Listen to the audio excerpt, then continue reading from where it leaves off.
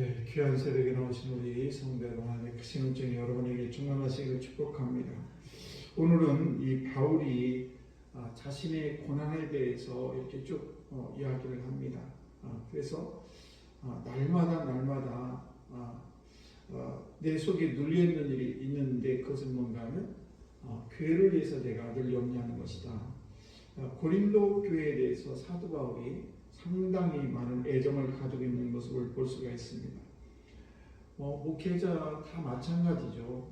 교회를 하는 목회자는 교회 성도들이 하는 일 일거수일투족이 다 걱정이 되고 마치 우리가 부모님이 자녀를 사랑하고 걱정하듯이 그런 것이 바로 목회자의 마음인데, 이 사도 바울도 보게 되면 28절 말씀을 보시게 되면 이 외의 일은 고사 아직도 날마다 내 속에 눌리는 일이 있으니 곧 모든 교회를 위하여 염려하는 것이다 라고 얘기를 하고 있고요.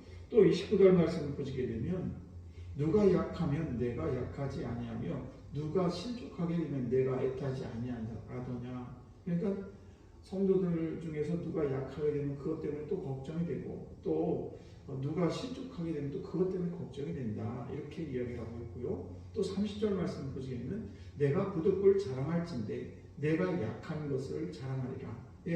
사도 바울은 이때까지 자기에 대해서 이런저런 변명을 했습니다. 그래서 내가 히브리인 중에 히브리인이고 이스라엘 중에 이스라엘이고 아브라함 후손이고 이렇게 쭉 자기 자랑하고 있는데, 그런데 그런 것에 대해서 쭉 지금까지 자기가 살아왔던 것, 그리고 내가 고린도 교회를 위해서 이렇게 헌신했고 또 고린도 교회뿐만 아니라 내가 사도로서 이런 사명을 감당했다는 것을 쭉 이야기를 하고 자기가 고생한 것을 얘기를 한 다음에, 그 다음에 30절 말씀 보시기에는 내가 약한 것을 자랑한다 라고 이야기를 합니다. 약한 것을 자랑한다. 이 말이 무슨 말인가 하면, 이 사도 바울은 자기 자신이 약한 것을 자랑한다는 것은 이제 하나님 안에서 내가 약한 것이 강한 것이라는 사실을 이 고린도 교인에게 알려주고 싶었다는 사실입니다. 그래서 사도 바울을 보게 되면 이 다른 사람과 전혀 우리 인간과 우리와 같은 성정을 가진 사람이다라고 얘기합니다. 그러니까 다른 사람보다 위대한 존재가 사도 바울이 결코 아니라는 것입니다. 그리고 그 사도 바울 역시도 부족한 점이 많다. 그리고 약한 점이 많다는 것입니다. 왜냐하면 그는 약한 체구를 가지고 있었고 왜소한 키를 가지고 있었고 또 말도 어눌했고 또 말도 잘 못하는 그런 어눌한 언변을 가지고 있습니다. 그래서 어눌한 말을 먹게 되면 이 3차 여행을 마치고 전도 여행을 끝내고 그리고 이제 드로아에 들어갔을 때 거기서 하룻밤을 묵게 됩니다. 그런데 하룻밤을 묵게 될 때에 그 집회에 가게 됩니다. 그 집회에서 말씀을 막 선포합니다.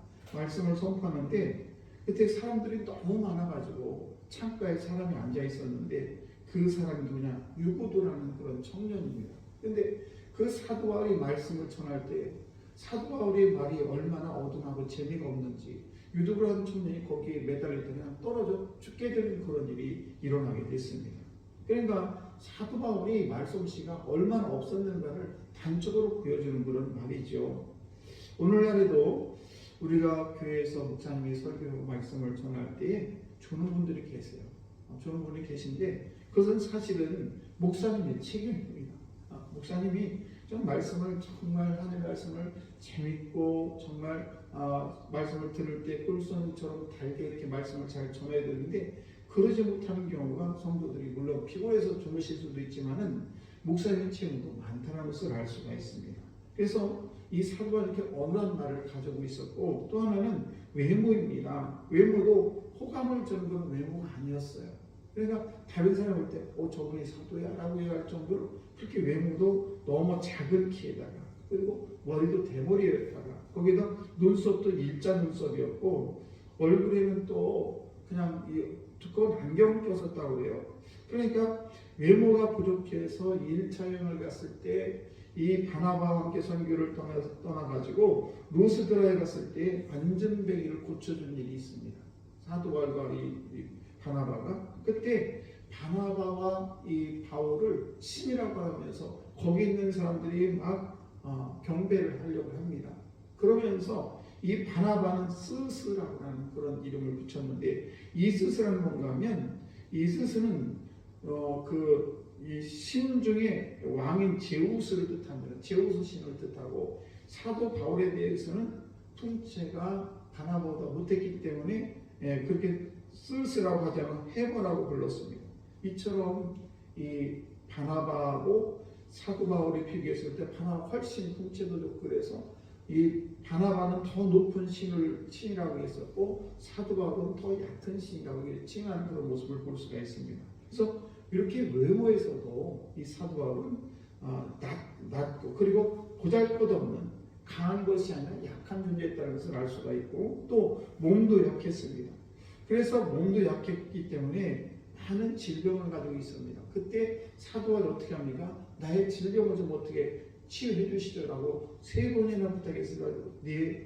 내 것이 그것이 중요하다. 너가 가지고 있는 그것으로 만족해라. 이렇게 하나님께서 말씀하시는 걸 볼 수가 있습니다. 그래서 이 사도 바울은 몸도 약했습니다. 그래서 그 약한 몸을 가지고 이 큰 복음을 전하는 그런 사도 바울의 모습을 볼 수가 있었고요. 또 루스드라에 들었을 때 어제도 말씀을 드렸습니다만, 돌에 맞아가지고 그냥 죽었다고 생각하는 사람들이 밖으로 집어 던지죠, 성 밖으로. 그런데 거기서 간신히 살아나옵니다. 그리고 거기에 머무르지 아니하고 한 250m 정도 떨어진 더베라는 곳으로 쩔뚝쩔뚝하면서 이 복음을 전하면서 그것으로 떠나는, 그 누구도 거기서 쉬고 더 있으면 좋았을 텐데, 사도 바울은 그런 약한 몸을 가지고 이 복음을 전하는 그런 일을 하는 것을 볼 수가 있습니다.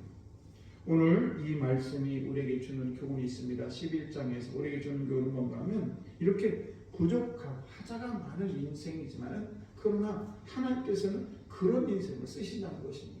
잘나고, 그리고 정말 하나님 의지하지 않고 자기 마음대로 내 마음대로 사는 그런 인생을 축복하는 것이 아니라, 그럼에도 불구하고 이렇게 여러 가지 어느 말이라 외모라든지 몸도 약한 이런 모습을 보면서 그런 사람을 하나님께서 쓰시기 원한다는 것입니다.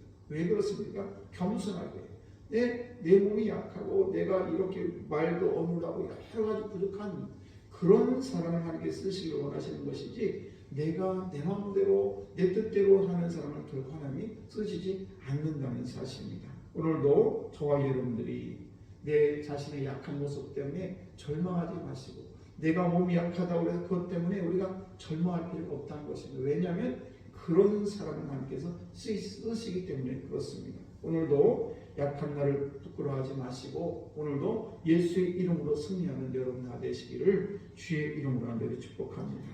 기도하겠습니다.